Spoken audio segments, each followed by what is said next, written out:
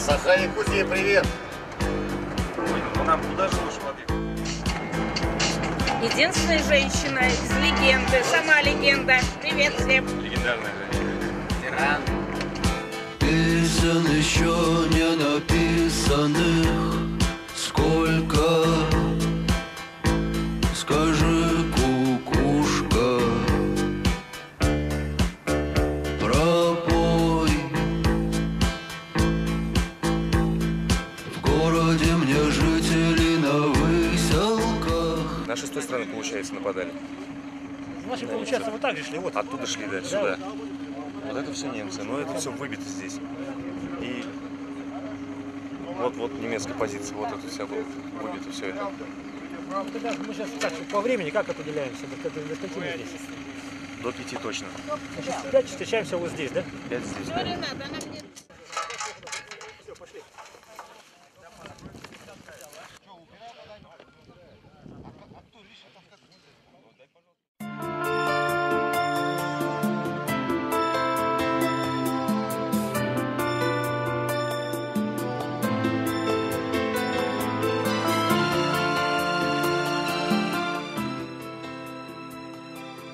«Война не окончена, пока не похоронен последний солдат». Эта крылатая фраза, которую произнес великий русский полководец Александр Суворов, сегодня является руководством к действию для тех, кто свою жизнь посвятил благородному делу, поисковому движению. Ну вот только в экспедициях понимаешь суть этой фразы. Дело в том, что мы как бы так подходим к этому не с позиции того, что мы там помогаем душам обрести покой и что-то подобное. Люди, погибшие, не души людей, погибших в боях за Родину, они по определению святые, да, и поэтому их души уже находятся там, где они должны быть. Это вот наши души, они не могут успокоиться, пока мы знаем, что прах наших героев находится не там, где он должен быть, в местах, где мы можем отдать ему там дань уважения, туда привести своих детей, внуков, а разбросан по лесам, степям, болотам, да. И вот именно эта работа в экспедициях мы, собственно говоря, исполняем свой долг. Это наша война. То есть ее вели наши предки, когда погибли, там мы теперь эту войну заканчиваем тем, что мы помещаем их туда, где они должны быть. Склончик.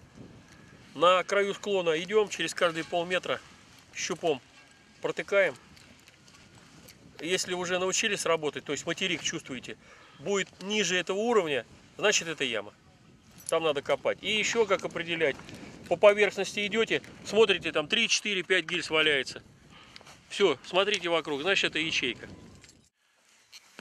Почувствовал, нет? Да. Вот так, вот это. Давайте здесь начинайте. Так, лопата.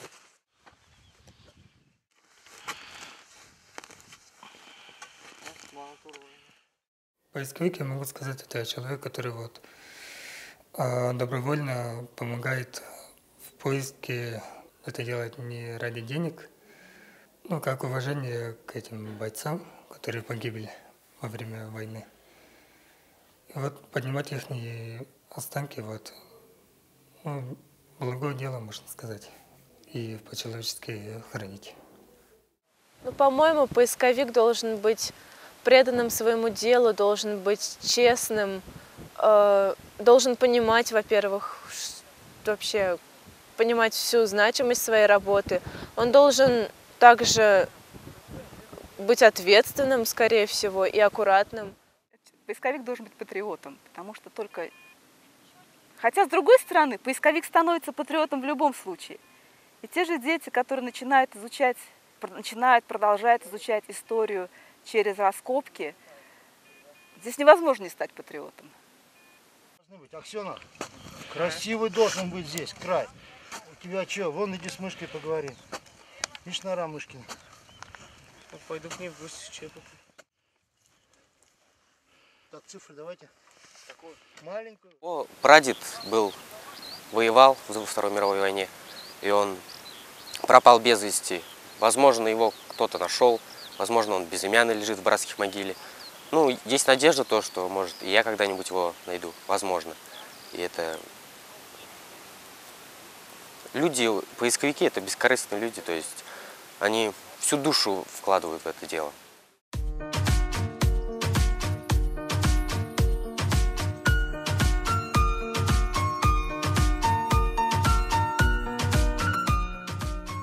В России существует целое поисковое движение «Вахта памяти». И это не просто ежегодная акция. Это дань памяти воинам, отдавших свою жизнь ради нашей, прах которых не предан земле с подобающими тому почестями. Вахта памяти – это есть соприкосновение с живой историей, с теми событиями, которые происходили здесь 70 с лишним лет назад. Вот поэтому вахта очень интересна, поскольку она дает непосредственно установить вот эту самую живую связь нынешнего поколения с поколением тех людей, которые защищали нашу Родину в годы Великой Отечественной войны. Вахта памяти дает незабываемые ощущения, когда ты находишь бойца или то, с чем он был. Никакие аттракционы и прочее этого не передают. Вахта дает то самое чувство, что подрастающее поколение будет верно традициям наших предков, которые защищали нашу Родину, служили в советской армии, на флоте. И мы выращиваем достойное поколение, которое будет продолжателем дела отцов, дедов и прадедов. 5 человек, да? Не зря приехали, не зря.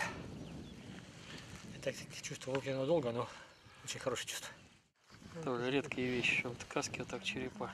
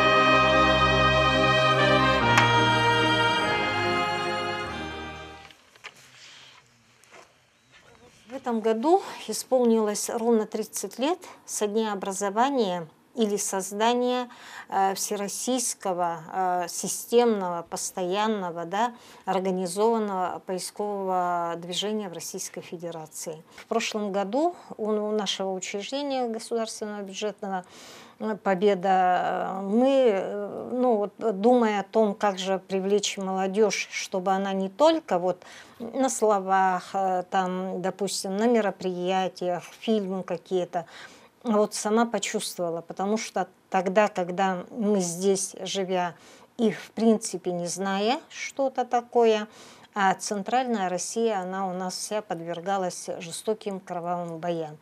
И вот в прошлом году мы выиграли грант через некоммерческую организацию «Ветеран» и направили в 4 области России ребят в поисковые экспедиции. Для чего это было сделано? Ну, во-первых, чтобы они сами почувствовали что-то такое, и чтобы потом, вот, к большому сожалению, у нас люди, которые прошли годы войны, они у нас уходят. И вот молодежь, она должна все равно не только помнить, но и как-то быть сопричастной к этим событиям. И вот когда ребята съездили, они совсем другими глазами посмотрели. И вот когда они доставали тех же бойцов, и один из них, я не помню, то ли руководитель, то ли студент, они сказали, вот когда ищешь, еще не очень понятно, да? Но вот когда идет торжественное захоронение, вот тогда ты понимаешь, что ты причастен к очень большому делу. Живые живут, а живут потому, что ты погиб. Что остается от человека, да, ребят? Горка костей. Они стали землей и травой. Не родных, не близких рядом сейчас тут нет. А может он и знает моего дедушку. Здесь же, если пройти, вот эта каждая яма, это Практически 99% это боец. Вот это вот все ямы. Но в этой балке явно ожесточенные бои были. Потому что по количеству погибших и захоронов, по количеству, это... Да, это то, что еще мы видим. А сколько еще нам нужно, дай бог, поднять, ребят, бойцов наших защитников. Ну вот на этом клочке сколько получилось у нас? За 20 уже вышли? Сейчас вот еще там двое. Ну вот за 3 дня более 20, там еще да? 2. Ну, обнаружили щупом, щупами, потыкали. Так, ощущение такое есть. Уже звук, различаются кости, звук металла, совсем другие ощущения. Глубина залегания, ну, 1,5 метра где-то получается. Мы позавчера только приехали, вчера первый день вышли, Вчера нашли одного бойца, подняли в районе поселка Ирцовки. Ну, сейчас сегодня вот 2. Надеемся, дальше тоже еще будет завтра, послезавтра будем работать.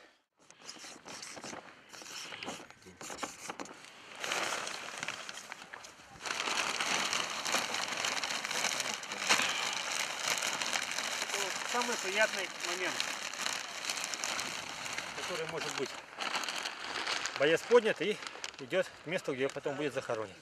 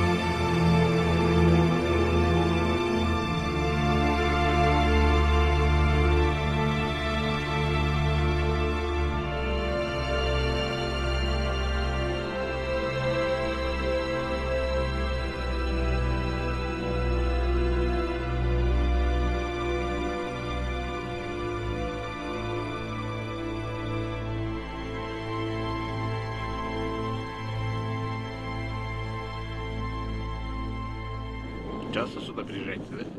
Да, часто приезжаю. Каждый год-то почти. Да, на 9 мая, на... вообще на праздник. Играемся здесь.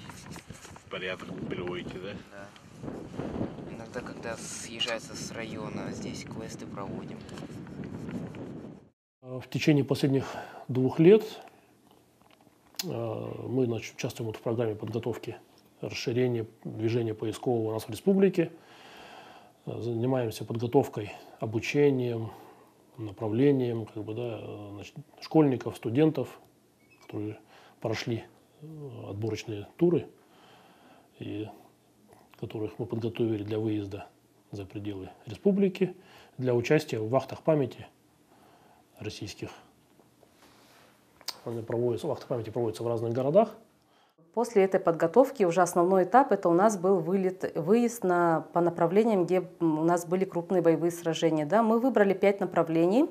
Это наши ребята в количестве 35 человек и плюс наши руководители, да, полетели в Тверскую, Волгоградскую, Новгородскую области, да, Республика Крым и Ленинградскую область. Да? Работали там с водными отрядами поисковыми. Да. Восьмерка идет. Да, вперед восьмерку, да. Ну что, пойдемте тогда? Нам прям вот так с восьмиком надо пройти.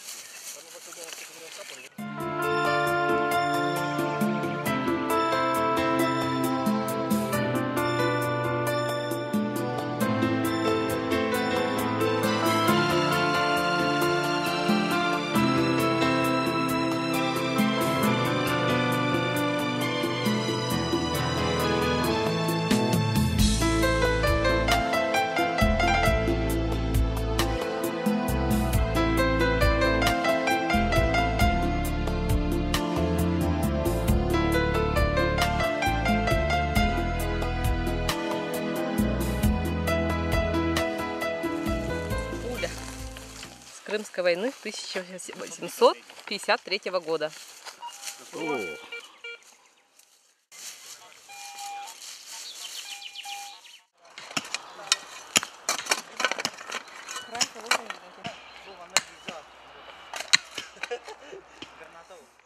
Крымский рубеж. Это Симферопольский ДСАФ. Наша как бы основная задача нашего объединения по территориальной направленности. Так, мы находимся в Симферополе, у нас большой войны не было, у нас больше было партизанское движение. Соответственно, мы больше ходили по партизанам, скажем, по народным мстителям. Вот. Ну, так мы все в одной структуре, в общем поисковом движении. То есть это как бы уже отдельная история. Грунт грунту рознь. Просто когда траншея любая копанная земля, она всегда копанная. Даже пусть пройдет 200 лет. Главное вот этот прорываться через верхний слой мешанины вот этой. А дальше она как бы в принципе хорошо роется. Вот, если там еще кто-то есть, она вообще роется легко. Но вот что поражает в ваших ребятах, вот в якутских какого-то отряде, они вообще как землеройная машина. Я вообще говорю, я там вот, руки в мозолях сколько уже. И то мне жарко, мне мокро как-то. А этим без разницы. Зарылись экскаватор, ему там надо полметра зашурфиться. Нет, надо 1,5. Ну, в азарт, может, молодость, не знаю.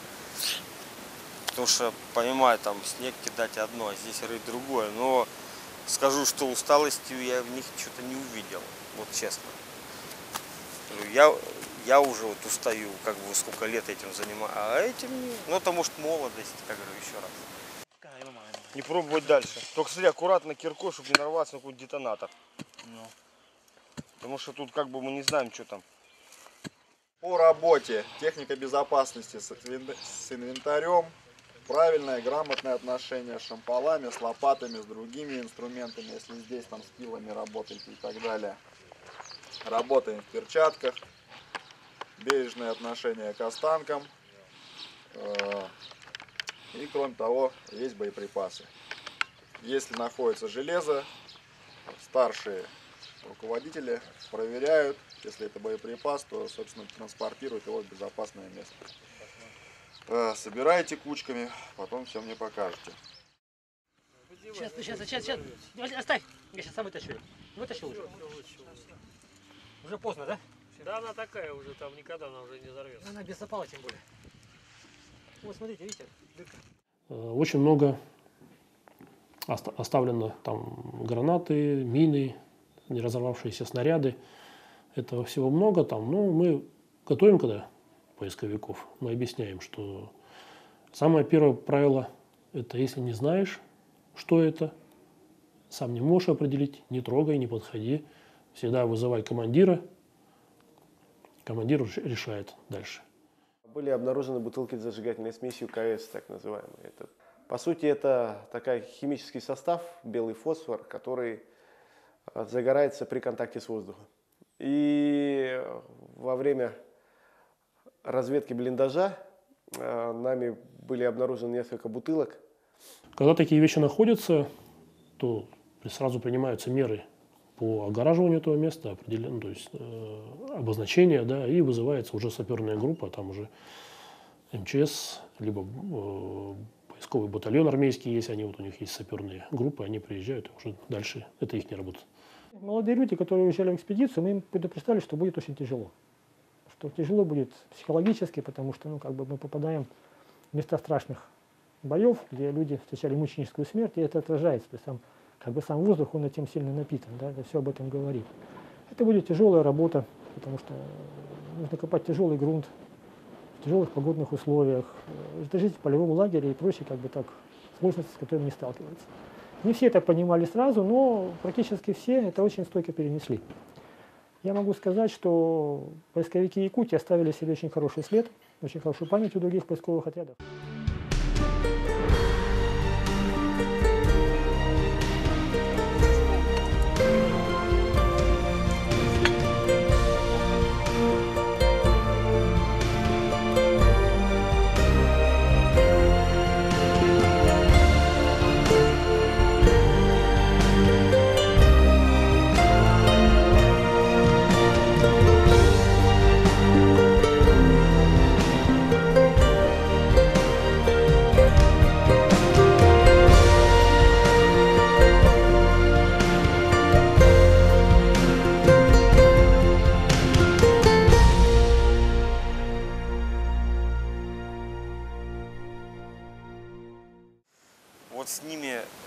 надежно где-то идти.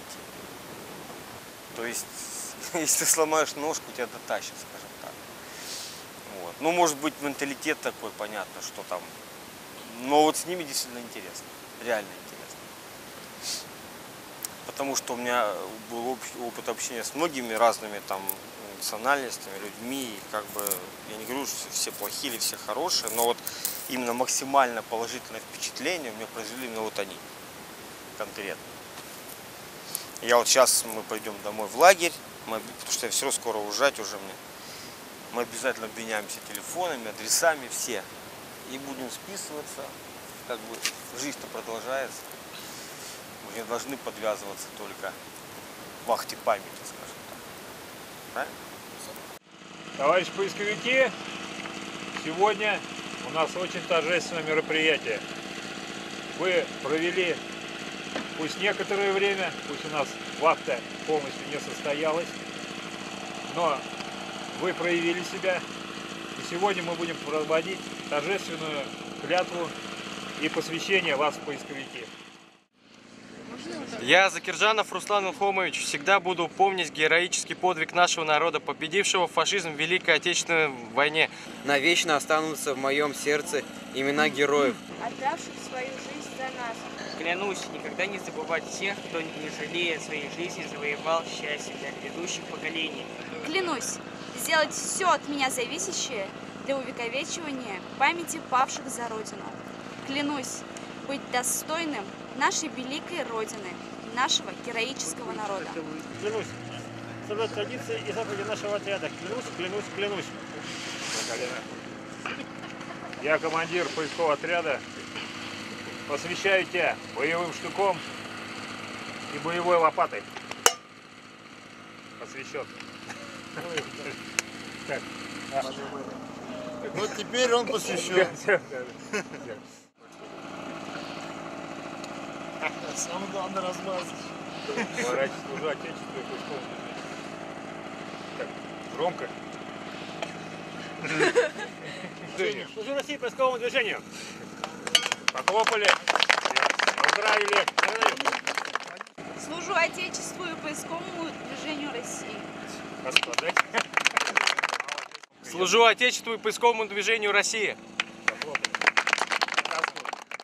Наш полевой лагерь, он делается по всем воинским, практически по всем воинским традициям.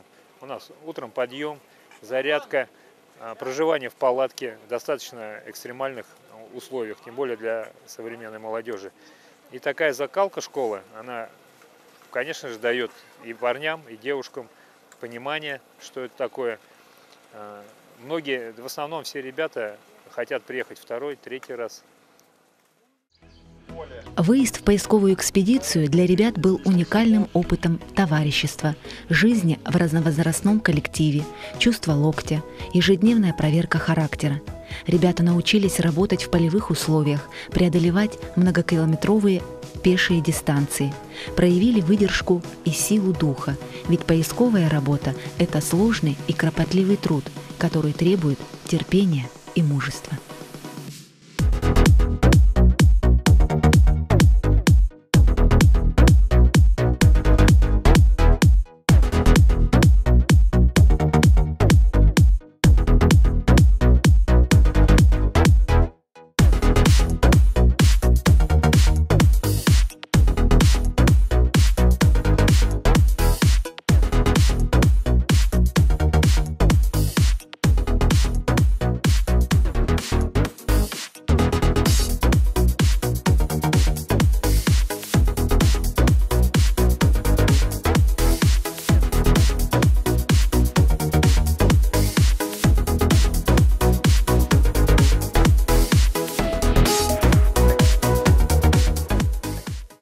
Практически все, кто этот проект прошел, они получили бесценный опыт, который пригодится им в жизни. И это, я думаю, что эти время, проведенное в экспедициях, оно надолго запомнится, окажет влияние на всю дальнейшую жизнь. Потому что очень заметно было, как люди менялись. То есть, вот, скажем так, типичной современной молодежи, которая там живет несколько в виртуальном мире, какими-то такими своими еще почти полудетскими проблемами, они буквально на глазах превращались в серьезных молодых людей, которые переосмысливали свою жизнь, и происходящие события. Ребята, ну вот другими глазами смотрят, они уже по-другому воспринимают. У них, допустим, мы говоря о подвиге, они просто видят, что да, вот молодой 19 лет, 20, их ровесник, вот, ну, пал на поле боя, и уже по-другому они смотрят на те же мемориалы, на те же музеи, на те же фильмы и так далее. Поэтому цель и задача этого проекта была не только, чтобы они вот почувствовали это, но как бы организовали в последующем вот эти студенческие отряды по поисковому движению. В Санкт-Петербурге первые поездки были обнаружены останки солдат. В первый же день мы нашли в болоте одного бойца. Ну, там нас встретили местные поисковики, там показали все, как надо, как там эксгумировать останки. И мы там первые дни обучались, и в первый же день мы нашли вот. Ага. Конечно, там впечатления у всех разные были. Для выезда обязательно надо вот иметь хорошую физическую и психологическую, и моральную подготовку. Ну, физическую в том плане, что там в основном работаешь с землей, с лопатой, а моральную, психологическую, там, ну, с останками работаешь, да? В общем, мы подняли 16 бойцов, а по всей вахте 181 человек. Когда нашли первых бойцов, вот, нашли в одной воронке 6 человек, но ощущения были вот какие-то странные. Вот, все-таки человек, ну, 6 человек лежал здесь, умерло, их тунец отыскали. Вот. И вот черепа, кости, ноги. Вот. Ощущения вот объяснить, ну, как бы особо-то не получается. Вот когда я поднимала первый свой останок, это, я не знаю, это не описать было. Просто смотришь на вот это вот, ну, на вот эту ямку, где ты вот это нашла, то, что ты нащупала там как-то, то, что это когда-то был живой человек, это, знаете, это прям до слез доводит. Я после первой такой находки я лежала в палатке и плакала просто от одной мысли, то, что, то, что когда-то люди пережили столько, особенно когда останки бывают, у которых раздроблены руки, у которых нет этих рук, нет ног, нет, ну, просто все переломано, и ты понимаешь, что это чувствовал живой человек, и тут вообще никак, ну, да, это тяжело. Ну, допустим, для меня сильным эмоциональным впечатлением было, когда мы поднимали первого бойца, и мне опытные поисковики рассказали, что можно по черепу человека примерно определить его возраст. То есть там есть определенные, скажем так, кости, которые срастаются в определенном возрасте. Вот когда вот мы поднимали захоронение, там было 5 бойцов. Когда мы расчистили черепа всех 5, они по возрасту все оказались моложе моих детей. Вот там понимаешь масштаб трагедии, который был в тот период, что, скажем, жизнь 5 молодых людей оборвалась, они не оставили после себя никого после, насколько это яма, которая, скажем так, сейчас сказывается. Но до сих пор сотни и тысяч ребят бойцов находятся в земле. И, к большому сожалению, ввиду того, что очень много времени прошло, конечно, медальоны практически не читаются. Даже вот в этом году подняли 38 531 человек, а из них только опознали 615 бойцов. Но это тоже большое дело. За 2 сезона лично нашим отрядом в Волгограде найдено было 36 бойцов. Поднято. Из них только у одного мы нашли медальон. Значит, ну что такое медальон, чтобы было понятно, да? Значит, с марта 1941 года в частях Красной Армии было введено вот такой медальон для хранения вкладыша. Вкладыш представлял собой записку, она изначально должна была писаться на пергаментной бумаге, специальной тушью. Ну, фактически писалось чаще всего на бумаге обычной, писалось обычным чернилом или карандашом. Куда заносились данные о бойце, о его месте призыва и о данных его родителях, кому нужно было сообщить о погибшем герое. Этот вкладыш сворачивался в трубочку и вкладывался в эбонитовый пенал. Представляется вот такой 8-гранный тубус, который откручивается на резьбе. Но вот, к сожалению, в том тубусе, который нашли мы, Видно, что вложение в нем есть, но, к сожалению, пока не можем его достать.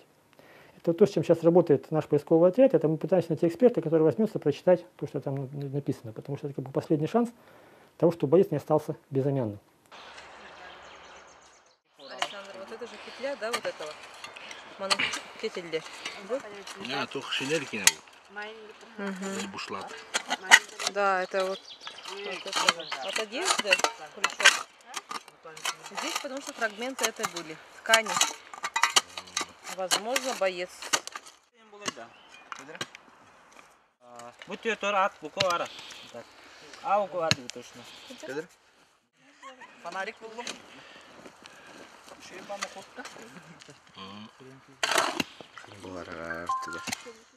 Кроме этого, бойцов идентифицируют по, скажем, личным вещам. Так называемая именная вещь, то есть они подписывали различные, допустим, бытовые предметы, да, то есть котелки, ложки и прочее, прочее. То есть то, что часто помогает в этих вещах.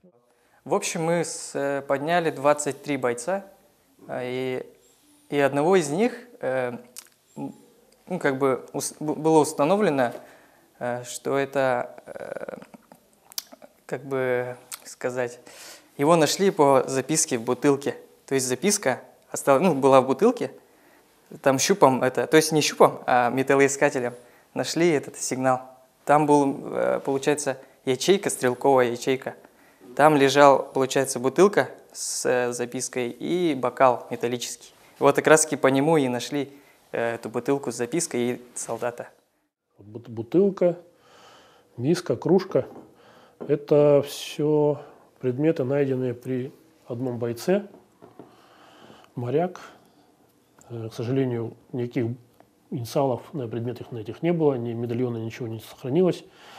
Поэтому он остался неопознанным, боец этот. Хотя очень интересным эти предметы представляют интерес для музейных экспонатов. Вот мы их сейчас привезли с собой, нашей группы.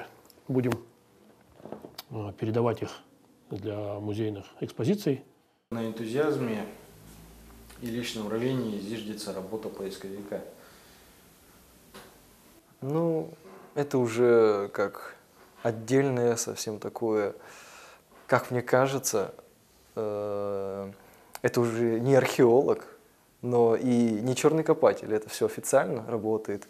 И как бы все-таки это бравое дело. Мы как бы на своей морали работаем ради других людей. То, что находим неизвестных нам людей, все-таки жителей той же страны, и как раз неизвестным нам семьям помогаем восстановить их, можно сказать, семейное древо, найти их родственников, что очень даже хорошо. Самое главное все-таки, чтобы понимали все люди простые, что это и почему это, и с осознанием того, для чего это делается, они отправлялись на эти работы. Или, по крайней мере, хоть как-то им способствовали. Обязательное условие было знакомство с городами-героями. Да, мы где устроили один день посещения памятных мест, посещение музеев Великой Отечественной войны, да, мемориалов. Да, наши ребята участвовали в торжественном захоронении, да, участвовали на 9 мая в торжественном параде в городе Севастополь и прямо шли колонной с поисковым движением России. Вот такая честь была дана. Да.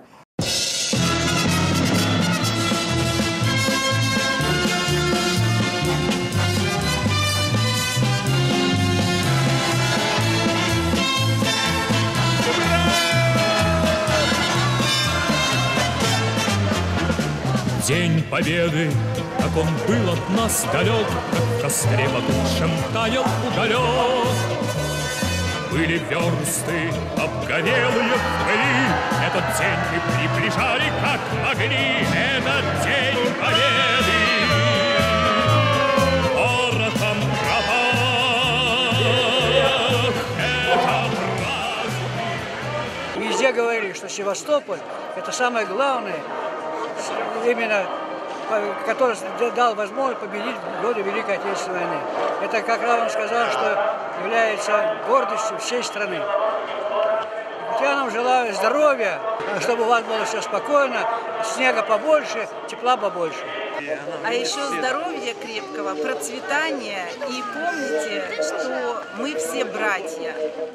Мира и таких лучезарных улыбок, как на вашем лице. Поддержав и оказав содействие в проекте, все якутские поисковики показали и доказали, что они настоящие патриоты своей родины. Для некоторых участников экспедиции была возможность не просто своими руками прикоснуться к истории, но и отдать дань памяти родным, пропавшим без вести в годы войны, истории о которых они с детства слышат от бабушек и дедушек. Я бы хотела, чтобы ребята, которые здесь копают останки погибших воинов, сделали все, чтобы война больше никогда не повторилась. Сделали что-то для того, чтобы раскрыть какие-то неизвестные моменты в истории. Сделали, не знаю, что-то, чтобы приехали новые дети, новые студенты, новые поисковики, чтобы заинтересовать как можно больше людей в изучении истории и вот в том моменте, чтобы войны никогда больше не было. От того, что мы сейчас передадим друг другу, зависит наше будущее. И история, она постоянно меняется, подвергается изменениям. Мы должны сохранить это все и нести дальше с гордостью, знать, что мы россияне. Несмотря вот сколько они здесь прожили, никто не ныл, не плакал, никто не страдал. То есть всем спасибо. Думаю, что в следующем году вы сюда вернетесь, надеюсь, на следующую вахту. Мы поедем в другое место, немножко где поспокойнее будет, и будем работать там.